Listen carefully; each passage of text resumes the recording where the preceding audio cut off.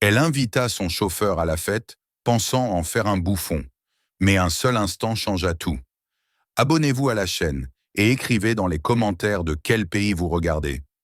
Marcus Reed était de ces hommes que l'on remarque rarement. Non parce qu'ils sont insignifiants, mais parce qu'ils ont appris à se fondre dans le décor, à avancer sans bruit, à ne jamais réclamer l'attention. Ils ne parlaient pas fort, ne coupaient jamais la parole, ne cherchaient pas à prouver quoi que ce soit. Il accomplissait son travail avec une précision presque invisible, comme si chaque geste avait été répété intérieurement bien avant d'être exécuté. Dans une ville comme Lagos, rapide, bruyante, impitoyable dans sa hiérarchie sociale, ce genre d'homme passait souvent inaperçu. Un chauffeur n'était pas un individu aux yeux de beaucoup, mais une fonction, une extension mécanique d'un véhicule de luxe. Pourtant, Marcus ne ressemblait pas à ces silhouettes fatiguées que l'on croise au volant sans même lever les yeux. Ses chemises étaient toujours propres, repassées avec soin, même lorsqu'elles avaient été portées toute la journée sous le soleil lourd. Ses chaussures, modestes mais impeccables, ne traînaient jamais sur le sol. Il marchait droit, le dos parfaitement aligné, comme quelqu'un qui refusait intérieurement de se courber, même lorsque la ville y poussait. Son regard était calme, attentif, jamais fuyant. Il n'était pas dur, mais il n'était pas faible non plus. Ceux qui prenaient la peine de l'observer ressentaient parfois un léger malaise, comme si cet homme portait en lui quelque chose de plus vaste que ce que son poste laissait supposer. Marcus travaillait pour Victoria Bell depuis plusieurs années. Victoria était l'exact opposé de lui. Là où il était discret, elle était éclatante. Là où il choisissait le silence, elle préférait le bruit, les rires forts, les conversations qui s'imposaient à toute la pièce. Elle aimait le pouvoir, non pas seulement celui que l'argent procure, mais celui qui se lit dans les regards soumis, dans les silences gênés des autres. Elle dirigeait un studio de design d'intérieur haut de gamme, décorant des villas et des penthouses pour une clientèle qui ne demandait jamais le prix. Dans son monde, chaque détail était une affirmation de statut. Les marques, les noms, les relations comptaient plus que les personnes. Avec Marcus, Victoria se comportait comme avec un objet utile. Tant qu'il remplissait sa fonction, il était toléré. Dès qu'il sortait du cadre, ne serait-ce que par sa simple présence, il devenait agaçant. Elle pouvait sourire avec charme à un client, puis sans changer d'expression, lancer une remarque sèche à Marcus sur sa manière de tenir une portière ou de se tenir debout. Elle n'élevait jamais la voix. Elle n'en avait pas besoin. Son mépris était plus efficace lorsqu'il était froid, presque administratif. Marcus recevait ces remarques sans répondre, sans s'excuser de trop, sans se justifier. Il se contentait d'acquiescer et de poursuivre sa tâche, comme si ces mots glissèrent sur lui. Mais à l'intérieur, il les enregistrait, non pas pour nourrir une colère, mais comme on note mentalement la température d'une pièce. Les journées se ressemblaient. Marcus arrivait tôt, vérifiait la voiture, nettoyait l'intérieur avec une minutie presque rituelle. Il attendait souvent dans les couloirs feutrés d'immeubles de verre, tenant un sac, des dossiers, parfois simplement debout, immobile, pendant des heures. Autour de lui, des conversations passées, des rires, des ordres lancés à la volée. Rarement quelqu'un lui adressait la parole directement. Il faisait partie du décor, comme les murs ou les ascenseurs. Et pourtant, il ne se sentait pas inexistant. Il observait, il écoutait, il comprenait. Il savait comment ce monde fonctionnait, même s'il n'en faisait pas partie.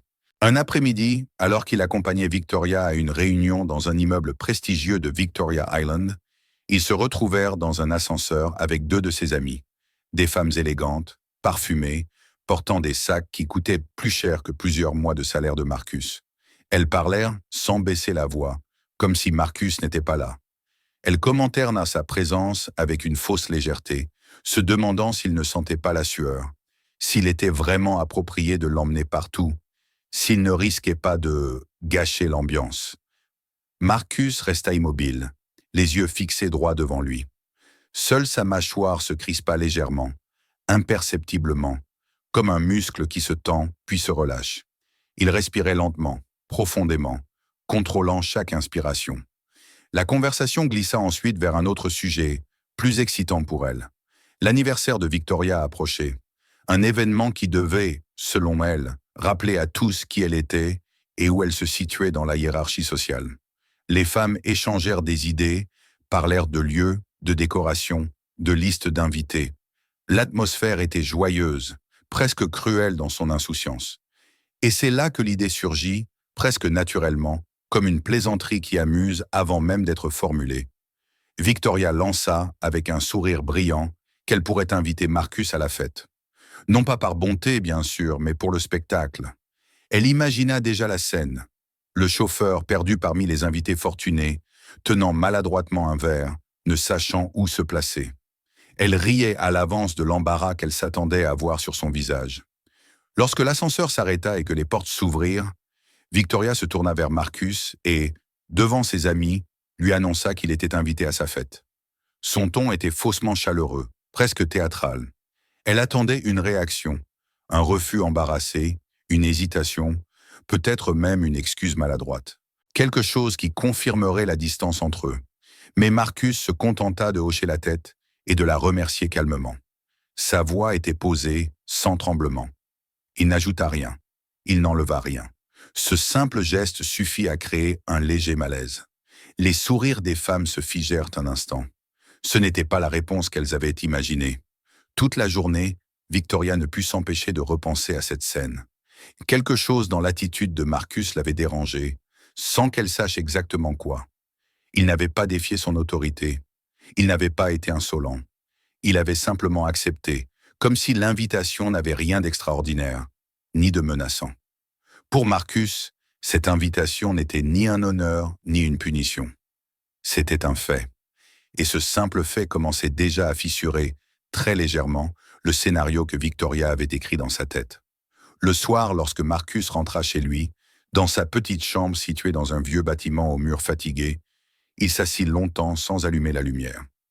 Le silence l'enveloppa, familier et rassurant.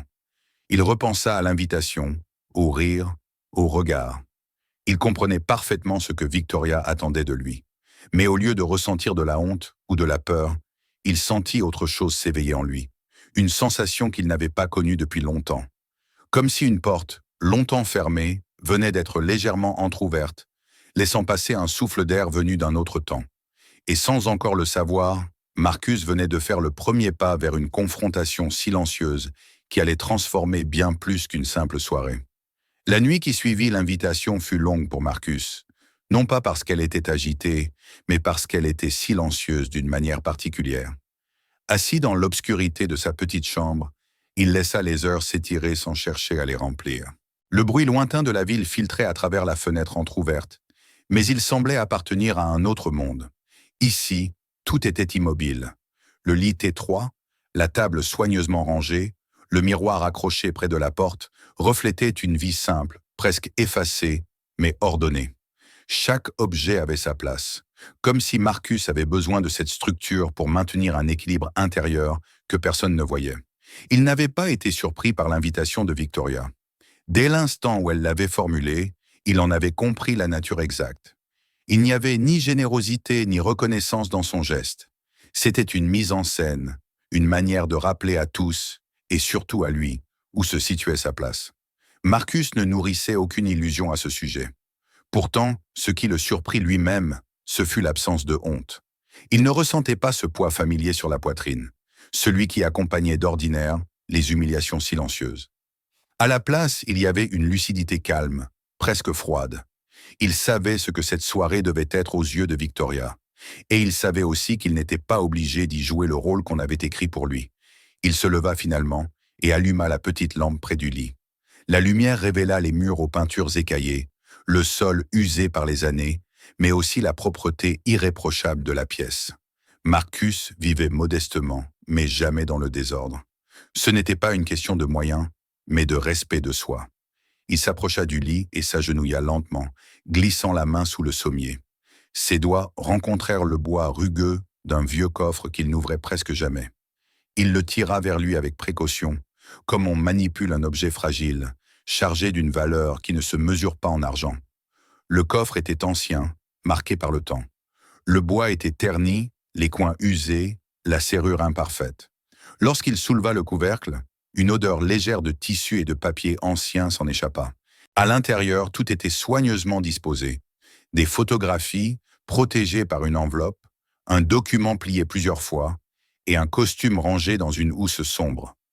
Marcus resta immobile un moment, regardant ces objets comme s'ils appartenaient à quelqu'un d'autre. Et d'une certaine manière, c'était le cas. Ils appartenaient à l'homme qu'il avait été, à celui qu'il avait cessé d'être, sans jamais vraiment disparaître. Il prit une des photographies. On l'y voyait plus jeune, debout sous une lumière vive, entouré de visages souriants. Il se souvenait parfaitement de ce moment. Les projecteurs, la chaleur, le murmure du public, juste avant le silence. À cette époque, il avait une autre vie, un autre nom qui circulait dans des cercles qu'il ne fréquentait plus. Des gens croyaient en lui. Ils voyaient en lui quelque chose qu'il avait lui-même appris à oublier. Ce n'était pas de l'arrogance, ni une illusion de grandeur. C'était une certitude tranquille, celle d'être à sa place.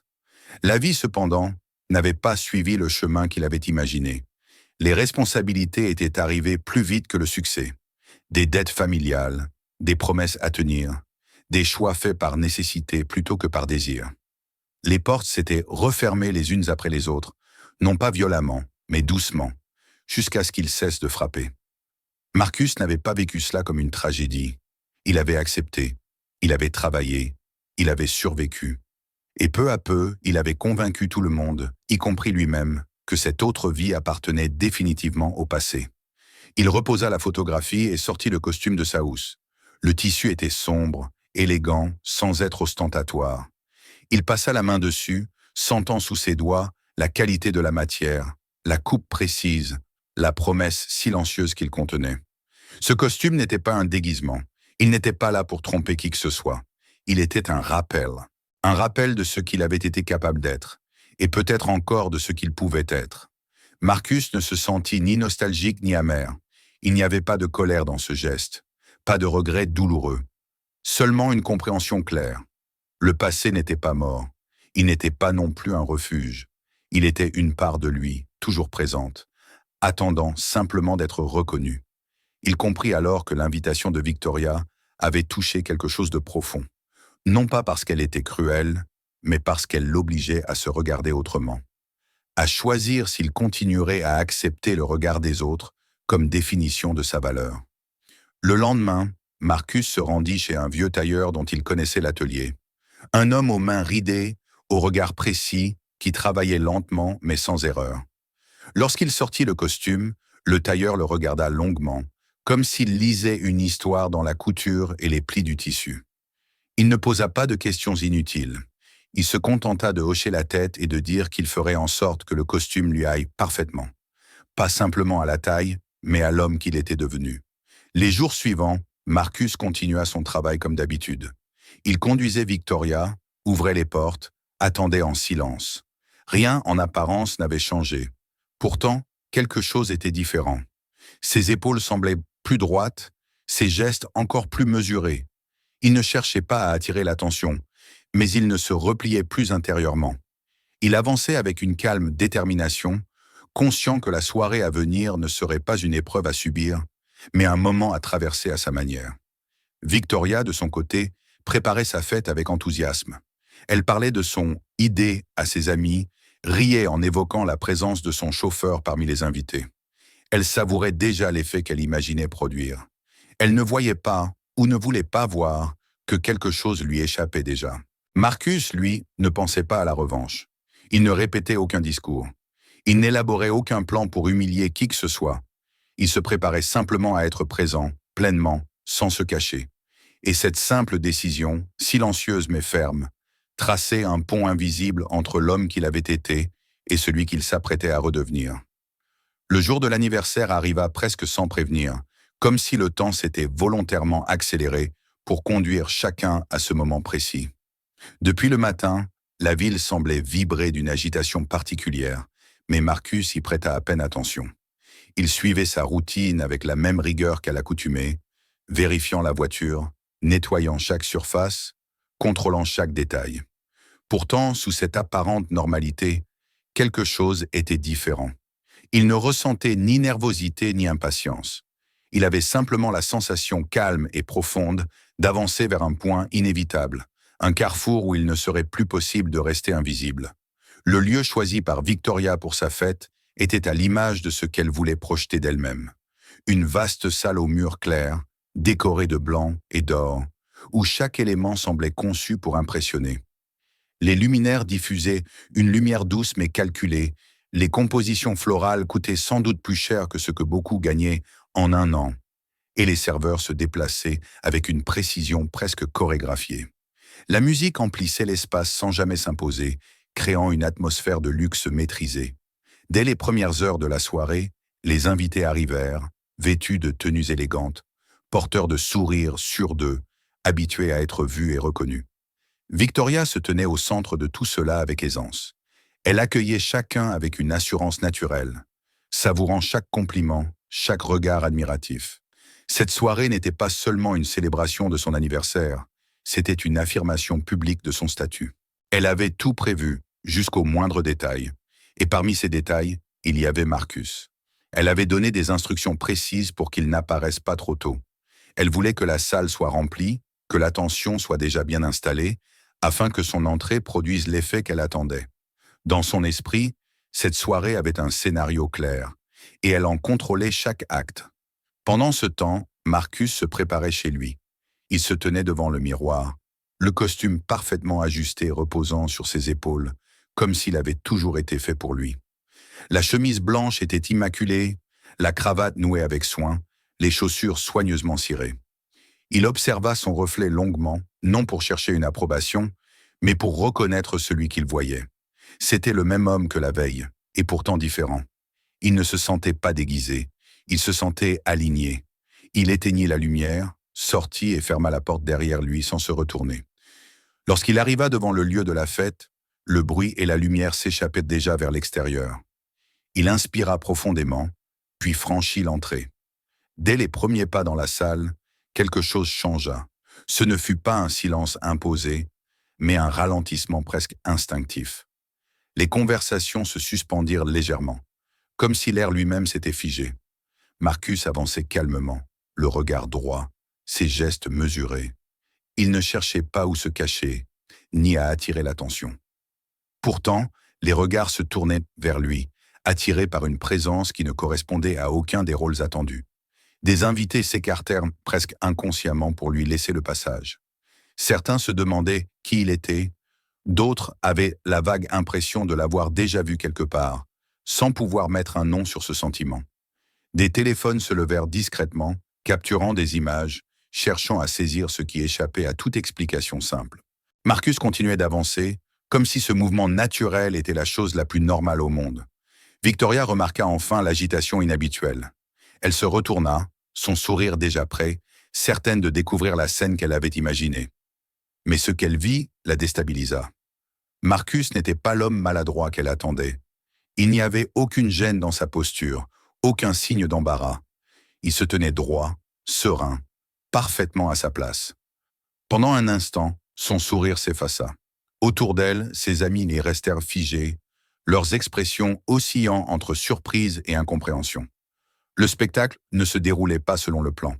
Marcus s'approcha de Victoria et la félicita avec politesse, comme n'importe quel invité l'aurait fait. Sa voix était calme, respectueuse, sans ironie.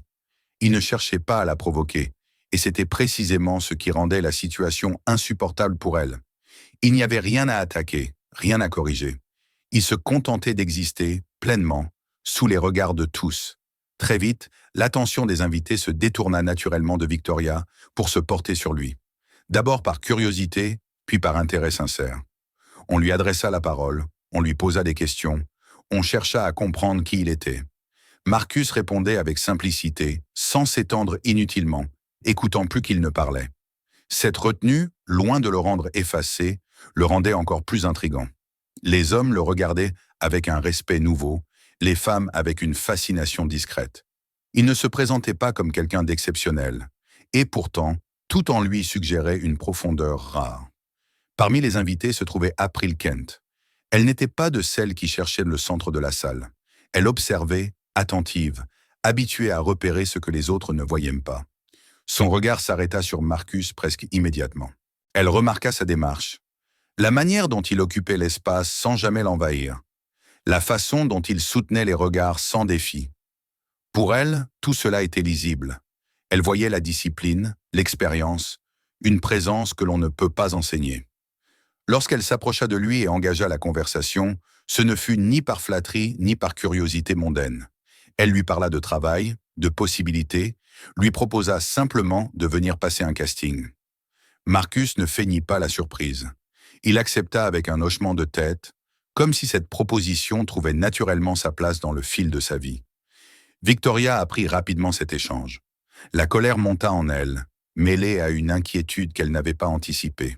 Elle tenta de reprendre le contrôle, de rappeler Marcus à sa position habituelle, usant de remarques voilées, de ton autoritaire. Mais ces mots semblaient désormais glisser dans le vide. Ce n'était pas Marcus qui avait changé de place, c'était le regard des autres. Et ce regard ne lui appartenait plus. La soirée se poursuivit dans une atmosphère étrange. Pour beaucoup, elle restait brillante et festive. Pour Victoria, elle devenait une succession de moments où elle sentait le sol se dérober lentement sous ses pieds. Pour Marcus, elle n'était ni une victoire, ni une revanche. C'était simplement un passage. Lorsqu'il quitta la salle plus tard dans la nuit, il n'emporta rien avec lui, si ce n'est une certitude tranquille. Quelque chose venait de basculer et il n'y avait plus de retour possible. La porte qu'il avait entr'ouverte ne s'était pas refermée. Elle venait de s'ouvrir en grand, laissant apparaître un chemin qu'il n'avait pas foulé depuis longtemps, mais qu'il reconnaissait instinctivement comme le sien.